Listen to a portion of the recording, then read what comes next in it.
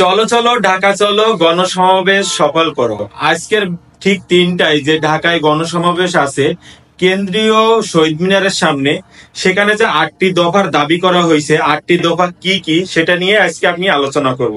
তো প্রথম থেকে শুরু করি।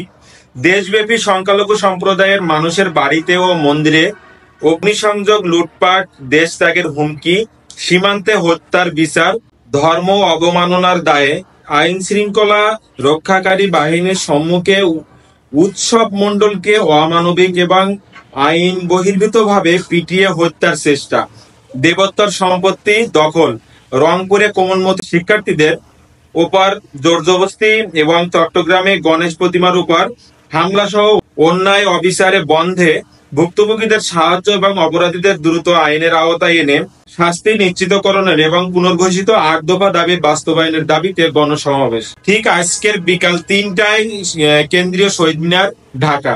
অন্তর্বর্তীকালীন সরকারের কাছে 8টি দফা দাবি করা হয়েছে। তো 8টি দফা কি কি আমি একটু আপনাদেরকে এখন পড়ে শোনাবো। 8টি দফার প্রথম দাবি, সংখ্যালঘু নির্যাতনের বিচারের জন্য নিরপেক্ষ তদন্ত কমিশন গঠনের মাধ্যমে দ্রুত বিচার ট্রাইব্যুনাল গঠনপূর্বক দোষীদের দ্রুততম সময়ের উপযুক্ত শাস্তি প্রদান, ক্ষতিগ্রস্তদের যথোপযুক্ত ক্ষতিপূরণ প্রদান এবং পুনর্বাসনের ব্যবস্থা করতে হবে। দফা নাম্বার 2, অনতিবিলম্বে সংখ্যালঘু সুরক্ষা আইন প্রণয়ন করতে হবে। 3, সংখ্যালঘু বিষয়ক মন্ত্রণালয় গঠন করতে হবে। 4, হিন্দু ধর্মীয় কল্যাণ ট্রাস্টকে হিন্দু ফাউন্ডেশনে উন্নতি করতে হবে, পাশাপাশি বৌদ্ধ ও খ্রিস্টান ধর্মীয় কল্যাণ ট্রাস্টকেও ফাউন্ডেশনে উন্নতি করতে হবে। দফা নাম্বার 5, দেবোত্তর সম্পত্তি পুনরুদ্ধার এবং সংরক্ষণ আইন প্রণয়ন এবং অর্পিত সম্পত্তি প্রত্যাবর্তন আইন যথাযথ বাস্তবায়ন করতে হবে।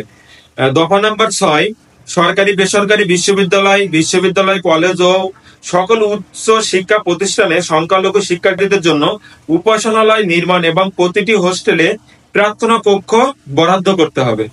দফা নাম্বার 7, সংস্কৃত ও পালি শিক্ষা বোর্ড আধুনিকরণ করতে হবে। দফা নাম্বার 8, শারদীয় দুর্গাপূজায় 5 দিনের ছুটি দিতে হবে, পাশাপাশি প্রতিটি সংখ্যালঘু সম্প্রদায়ের প্রধান ধর্মীয় উৎসবে প্রয়োজনীয় ছুটি প্রদান করতে হবে। তো এই যে 8টি দফা আছে, এই 8টি দফা নিয়েই মূলত আজকে সম্মেলন ডাকা হয়েছে কেন্দ্রীয় শহীদ মিনারে ঠিক বিকাল 3টায়। আপনারা সবাই দলে দলে যোগদান করে এই সম্মেলনটিকে অনেক সুন্দর করে তুলুন এবং বিশ্বকে দেখিয়ে দিন যে আমরা সংখ্যালঘুরা এক আছি এবং আমরা সংখ্যালঘুরা শান্তিপূর্ণভাবে বাংলাদেশে বসবাস করতে চাই এবং কোনো সহিংসতা ছাড়াই, লুটপাট ভাঙচুর ছাড়াই আমরা বাংলাদেশে থাকতে চাই, সবার সাথে মিলেমিশে ভাই ভাই হিসেবেই থাকতে চাই।